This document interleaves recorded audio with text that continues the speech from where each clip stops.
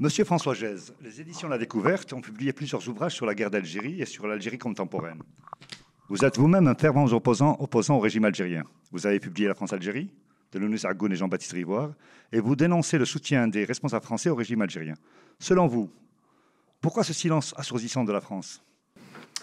Enfin, c'est plutôt une difficulté à comprendre et à parler de ce qui se passe en Algérie.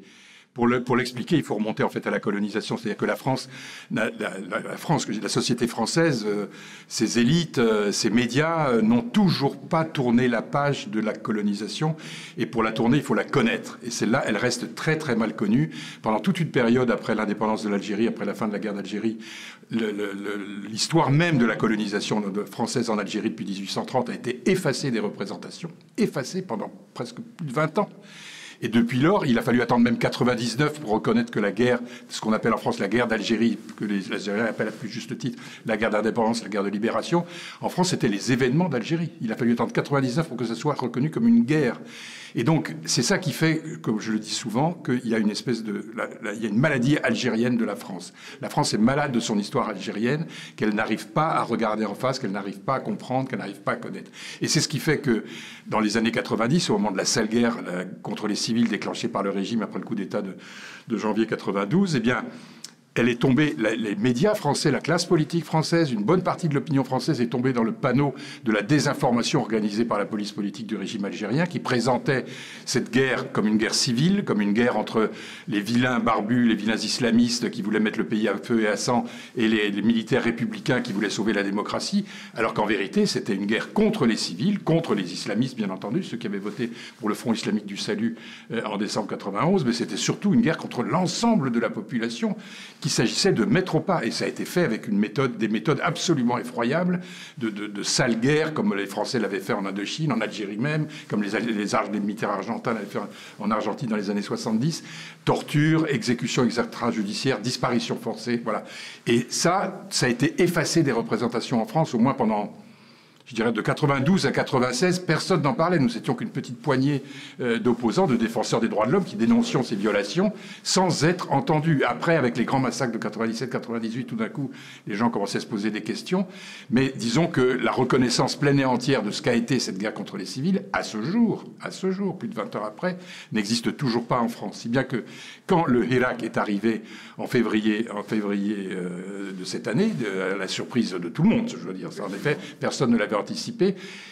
Les médias français en particulier ont eu les plus grandes difficultés à comprendre ce qui se passait, d'où sortait ce mouvement, parce qu'ils avaient renoncé en plus à suivre depuis 20 ans l'actualité algérienne au motif que tout simple que oulala, l'Algérie c'est compliqué, on sait qu'il y a des manipulations, on sait qu'il y a des informations, on sait qu'il y a des groupes islamiques manipulés par la police politique, par l'armée, mais le détail de ça on veut pas le savoir, alors qu'on peut le savoir. Nous, Algeria Watch, depuis 20 ans, depuis 97, plus de 20 ans, nous documentons ces crimes, nous documentons le rôle de la police politique, tout ça est connu, nous ne sommes pas les seuls. D'autres grandes ONG internationales l'ont également fait.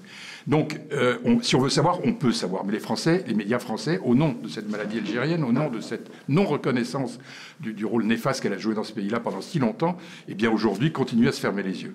Je crois que la meilleure façon, comme vous dites, la meilleure façon justement de décourager les gens, c'est de dire oui, c'est trop compliqué. Et ça, c'est déjà vu depuis des années, c'est trop compliqué pour les gens pour comprendre, alors que c'est simple. Si on veut comprendre, c'est simple. J'ai une autre question à vous poser par rapport à Jean-Yves Le Drian et Macron qui ont déclaré qu'ils étaient pour des élections transparentes en Algérie. Qu'en pensez-vous ? Oui, ça ne veut pas dire grand-chose. En fait, derrière des déclarations qui ne mangent pas de pain, parce que dire qu'on est pour des élections transparentes, on est tous pour des élections transparentes.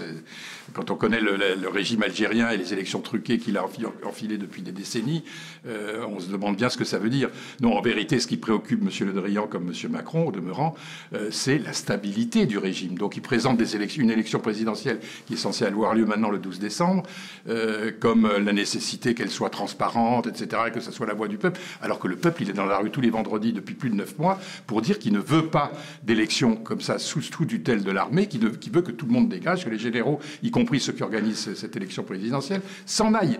Et c'est ça dont les Français ne veulent pas non plus. Eux, ils préfèrent que les généraux y restent. Parce que pour eux, les généraux, aussi antidémocratiques soient-ils, aussi truqueurs d'élections soient-ils, c'est pour eux, dans leur représentation, la représentation des élites françaises, de notre ministre des Affaires étrangères et de notre président de la République, la garantie de la stabilité de ce régime qui est très important pour celle de la région, etc., etc.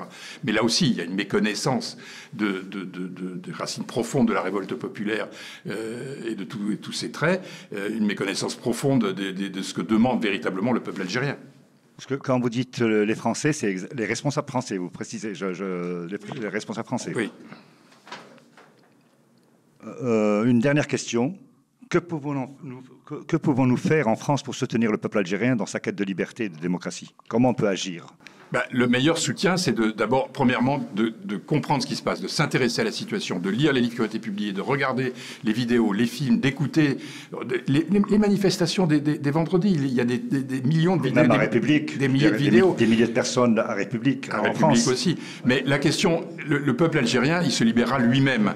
Certes, manifester notre solidarité, c'est important, mais il ne s'agit pas d'intervenir à sa place, n'est-ce pas? En aucune façon.